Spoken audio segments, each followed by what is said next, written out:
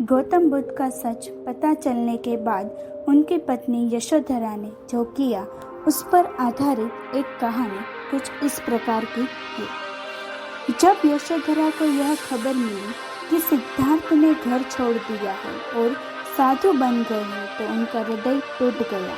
वह जानती थी कि सिद्धार्थ एक असाधारण व्यक्ति थे, लेकिन उन्होंने कभी ये नहीं सोचा था कि वह परिवार, पुत्र और समस्त राजपाट को त्याग कर एक सन्यासी का जीवन अपनाएंगे। रात के सन्नाटे में जब पूरा महल नींद में डूबा हुआ था, यशोधरा अपने कक्ष में अकेली बैठी थी। उनका मन अशांत था और विचारों का समुद्र तो जैसे उमड़ घुमड़ कर आ रहा था।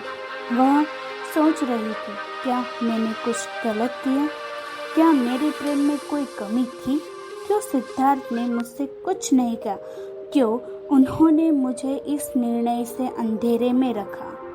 इन विचारों के साथ यशोधरा उठी और अपने पुत्र राहुल के पास चली गई। राहुल गहरी नींद में था, लेकिन उसकी मासूमियत यशोधरा के दिल को और भी चुभने लगी। उन्होंने उसे धीरे से उठाया और अपनी गोद में ले लिया।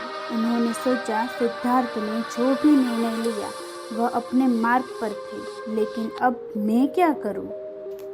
यशोधरा ने उसी रात निर्णय लिया कि वह सिद्धार्थ के इस मार्ग का अनुसरण करेगी, लेकिन अपने तरीके से। उन्होंने यह तय किया कि वह भी संसार के मोह से ऊपर उठेगी, लेकिन अपनी जिम्मेदारियों को निभाते हुए। अगले दिन से ही उन्होंने महल में एक कठोर जीवन अपनाया। उन्होंने महंगे वस्त्र और आभूषण त्याग दिए और साधारण कपड़े पहनने लगी। उन्होंने महल के कर्तव्यों को अपने हाथ में लिया और अपने पुत्र को भी सिद्धार्थ के आदर्शों के अनुसार शिक्षा देने का संकल्प लिया। समय बीतता गया और यशोधरा ने अपने भीतर एक अद्वितीय शांति और संतुलन विकसित कर लिया। जब गौतम बुद्ध को ज्ञान प्राप्त हुआ और वह वापस कपिलवस्तु आए तो यशोधरा उनसे मिली। वह अब एक बदली हुई स्त्री थी, जिन्होंने मोह और माया को त्याग दिया था। उन्होंने बुद्ध से पूछा, सिद्धार्थ, जब आपने सत्य का मार्ग चुना तब क्या आपको एक पल के लिए भी हमारे बारे में न सोचना नहीं आया?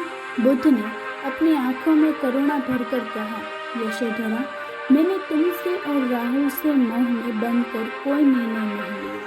यह मार्ग सत्य की खोज का था और उस समय मेरी आत्मा को यही सही लगा।